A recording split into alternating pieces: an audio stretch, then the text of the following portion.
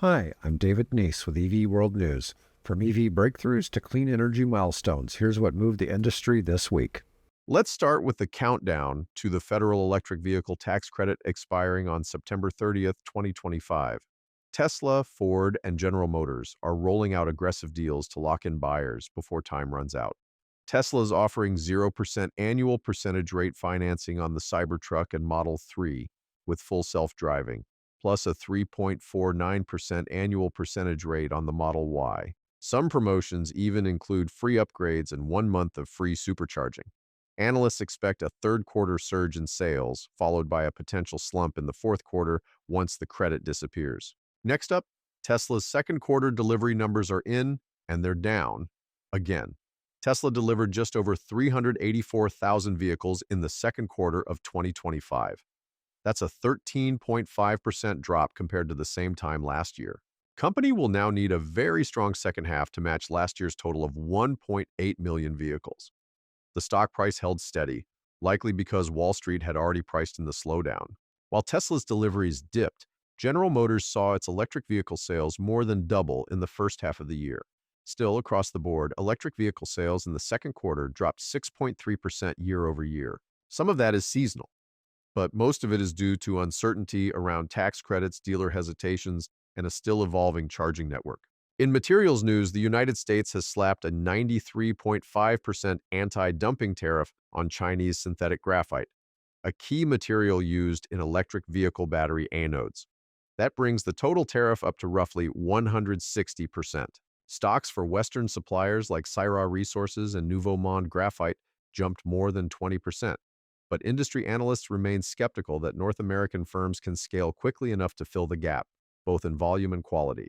General Motors and Redwood Materials are teaming up to give used electric vehicle batteries a second life. Instead of recycling them immediately, they're turning them into stationary storage units. One high-profile example, a new 12-megawatt, 63-megawatt-hour microgrid in Nevada, designed to power artificial intelligence data centers. This approach could help ease grid congestion while squeezing more value out of aging battery packs. Let's go to the United Kingdom, where a new government plan is offering up to 3,750 British pounds, or about 4,650 United States dollars, to drivers who switch to electric vehicles.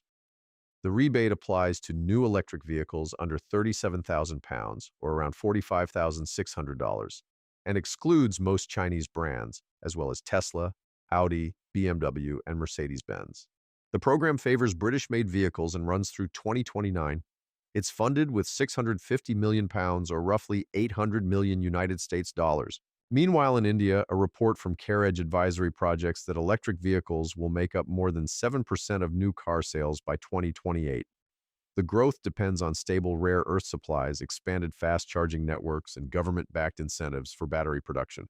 Delhi is especially ambitious. The city plans to install fast chargers every 5 kilometers, offer incentives of up to 30,000 Indian rupees, or about 360 United States dollars, for two-wheelers and E-Rickshaws, and reach 95% electric vehicle registration by 2027.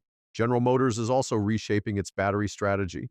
Starting in late 2027, it will begin producing lithium iron phosphate cells in Spring Hill, Tennessee.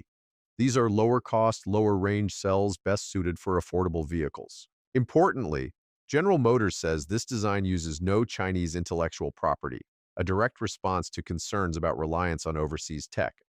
The company is also developing manganese-rich and nickel-manganese cobalt aluminum variants as part of a diversified battery portfolio.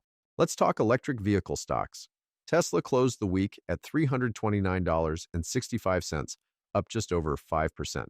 American battery technology company Novonix and Platinum Group Metals were also on the move, buoyed by the graphite tariff news and lithium futures holding steady. In battery-adjacent stocks, watch Mullen Automotive and Tetra Technologies. Mullen's price jumped 9% after announcing delivery of 200 Bollinger trucks to the Department of Defense. Tetra Technologies, which mines bromine used in energy storage, gained over 7% on new production deals in Texas. That's it for this week's EV World Update. I'm David Neese. Don't forget to subscribe and catch our live podcasts every Tuesday, Wednesday, and Thursday with Bill and Mike. See you next time.